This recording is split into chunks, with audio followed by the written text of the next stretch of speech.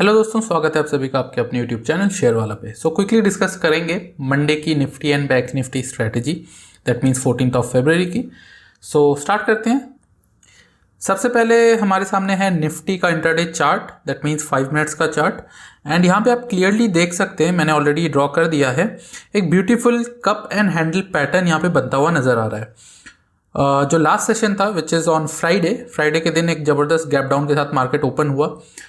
Reason being जो US का inflation rate है वो काफ़ी ज़्यादा बढ़ा हुआ है, जिसकी वजह से अनुमान है कि जो फेड रेट्स हैं उसमें इंक्रीज शायद हो सकता है। एंड फेड रिजल्ट्स कब है, वो मार्च में आने वाले हैं, तो उसकी वजह से ये ग्लोबल सेंटीमेंट जो है वीकनेस की तरफ जाता हुआ दिखाई दिया। ग्लोबल सेंटीमेंट्स बोले तो यूएस का ही ज़्यादा इसमें इम्पैक्ट रहा है, एंड उसी चीज़ को आप इंडियन मार्केट में कॉपी होता हुआ देख सकते हैं। नो, अब नेक्स्ट सेशन में क्या हो सकता है या आने वाले सेशंस में क्या हो सकता है, देखिए इम्पैक्ट तो ऑब्वियसली अगर ग्लोबल सेंटीमेंट्स वीकनेस की तरफ जाएगा तो इंडियन मार्केट भी उसको थोड़ा बहुत तो अपने ऊपर इम्प्लीमेंट करेगा।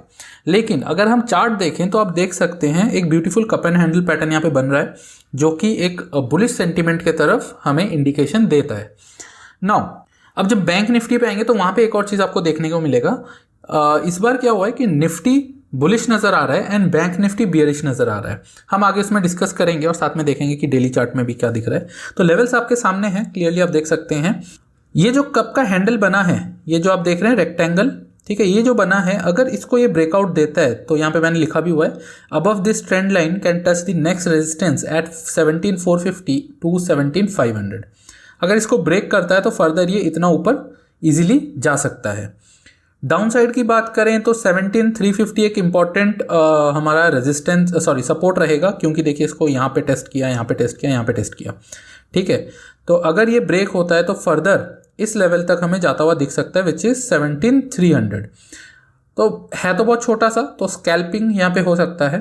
हमें पता है कि निफ्टी 50 में बहुत ज़्यादा मूवमेंट हमें देखने को नहीं मिलता, वो एक आध बार ही होता है, कभी कभार होता है जो जब बहुत ज़्यादा मूवमेंट हमें देखने को मिल जाता है, अदरवाइज नहीं होता है। तो उस हिसाब से 17,350 से 17,300 का लेवल, और अगर ये लेवल टूटता है विच इज 17,300, तो हमें फर्दर नीचे 17,200 तक के लेवल्स देखने को मिल सकते हैं। ऊपर की साइड की बात करें तो मैंने आपको बता दिया, अगर ये हैंडल ब्रेक होता है कप का तो ऊपर की तरफ आपको 17,450 से 17,500 तक के लेवल्स देखने को मिल सकते हैं, जो कि है इस रेक्टेंगल के अंदर।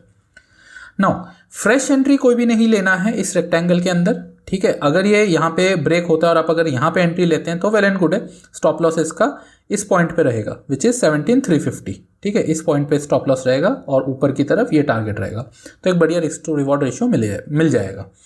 हाँ, कंडीशन ये है कि बहुत ज़्यादा गैप अप नहीं होना चाहिए।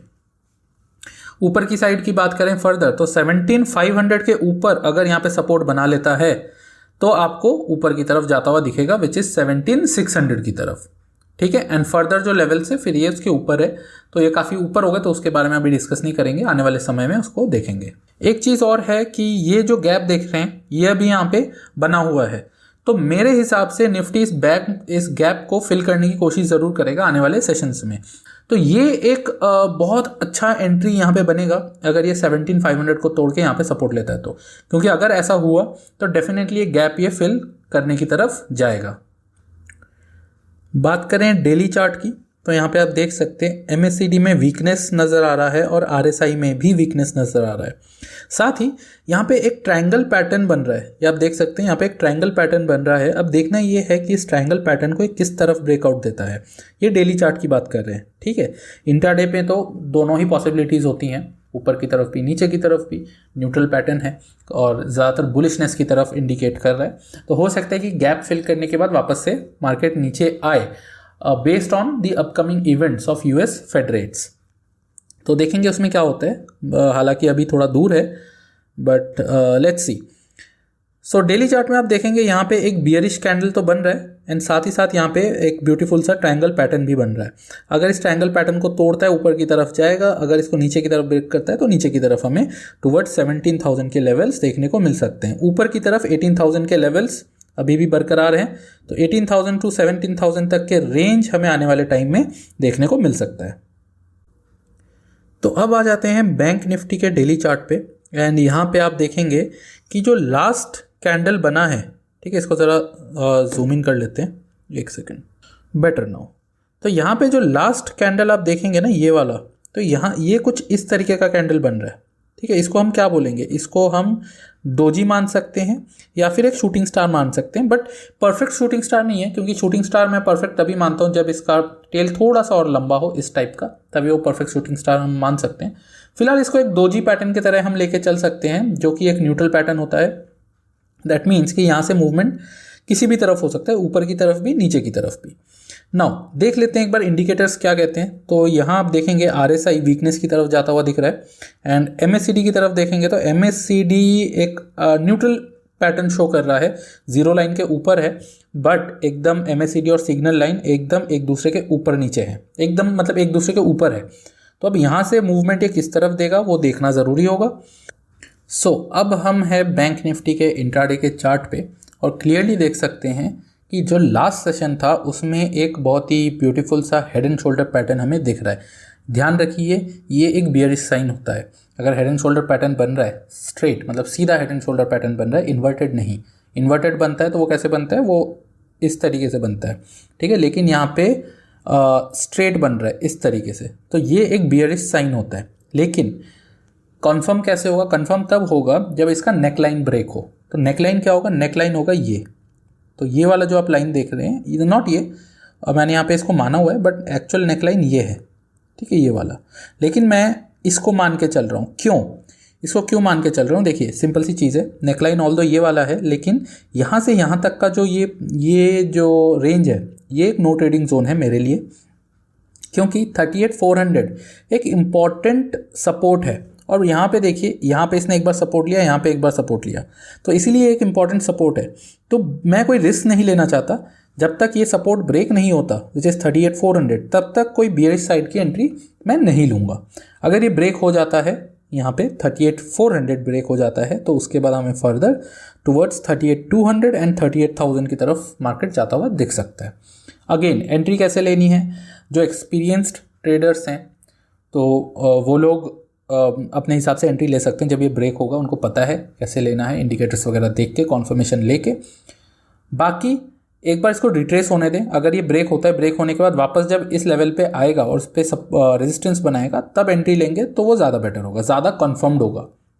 साथ ही साथ एंट्री लेने से पहले स्ट्रेंथ ज़रूर चेक करें। अगर आप डाउन साइड में एंट्री ले रहे हैं, मतलब सेलिंग की तरफ एंट्री ले रहे हैं, तो MACD, RSI, ADX जैसे इंडिकेटर से कॉन्फर्मेशन ज़रूर लें। अगर आपको नहीं पता इनको कैसे यूज़ किया जाता है, तो इनके ऊपर मैंने सेपरेट डिटेल वीडियो बनाया हुआ है, जिसका लिंक आपको डिस्क्रिप्शन में मिलेगा। साथ ही अगर चैनल को अभी तक सब्सक्राइब नहीं किया तो सब्सक्राइब कर ले, और बेल आइकन को ज़रूर दबाएं ताकि डेली अपडेट्स आप मिस आउट ना करें। नाउ लेवल्स हमारे क्या होंगे, देखिए अगर नीचे की साइड की मैंने आपको बता दिया कि अगर ये 38,400 को ब्रेक करता है और यहाँ पे सस्टेन करता है, ठीक है, sustain in the sense break करने के बाद वापस से यहाँ पे रिट्रेस होकर सपोर्ट रेजिस्टेंस बनाता है 38,400 को, तो हम यहाँ से एक एंट्री लेंगे नीचे की तरफ।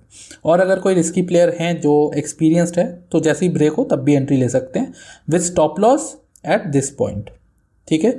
तो स्टॉप लॉस यहाँ पे रखते हुए एक एंट्री रहेगा टुवर्ड्स 38,200 का।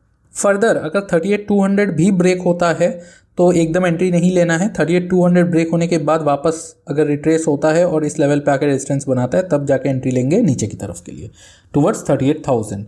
पर ध्यान रखें 38,000 एक इम्पॉर्टेंट सपोर्ट है जिसको ब्रेक करना ईजी नहीं है, ठीक है, क्योंकि यहाँ पे काफ़ी पुट राइटर्स बैठे हुए हैं। अगर ये लेवल ब्रेक होता है तो एक शार्प डेक्लाइन मार्केट में देखने को मिल सकता है, बट ये अगेन अभी हाल फिलहाल में होना इस bit difficult unless and until की कोई बहुत ज़्यादा बैड न्यूज़ आ जाए, ठीक है। अप साइड की बात करें तो 38,500, ये 38,500 का लेवल है, ठीक है, नॉट 38,500, 38,465 के अप्रॉक्स है ये लेवल।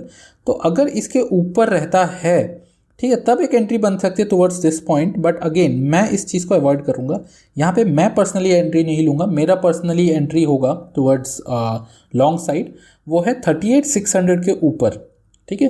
38,600 के ऊपर अगर ब्रेक करता है और सस्टेन कर लेता है तो फर्दर हमें 38,800 के लेवल्स देखने को मिल सकते हैं, एंड 38,800 ब्रेक होने पर हमें फर्दर 39,000 के लेवल्स दिख सकते हैं। अगेन अगर 38,800 ब्रेक होता है तो एक स्ट्रॉन्ग मूवमेंट यहाँ पे देखने को मिल सकता है, बिकॉज कि फिर ये जो गैप है ये फिल होता हुआ हमें नज़र आएगा। तो यहाँ पे एक स्ट्रॉन्ग एंट्री बनेगी और एक एंट्री मेरी यहाँ पे बनेगी। तो मैं इन दोनों लेवल्स को अपने नज़र में रखूँगा अगर मुझे लॉन्ग साइड जाना है तो। डिपेंड्स ऑन कि मार्केट में स्ट्रेंथ कैसा है। हो सकता है कि मार्केट कंसोलिडेट भी करे। क्यों? क्योंकि देखिए अभी मैंने आपको बताया था कि निफ्टी में कप एंड हैंडल पैटर्न बन रहा है जो कि एक बुलिश पैटर्न होता है, और बैंक निफ्टी में हेड एंड शोल्डर पैटर्न बन रहा है जो कि एक बियरिश पैटर्न है।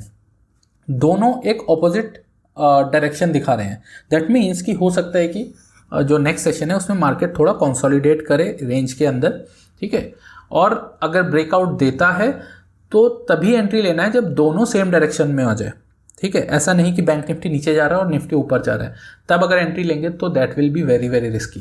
तो निफ्टी और बैंक निफ्टी को सेम डायरेक्शन में जब तक मूवमेंट ना आपको देता हुआ दिखे तब तक एंट्री नहीं लेना है। तो ये है फंडा और ये है overall analysis for 14th of February, that is Monday.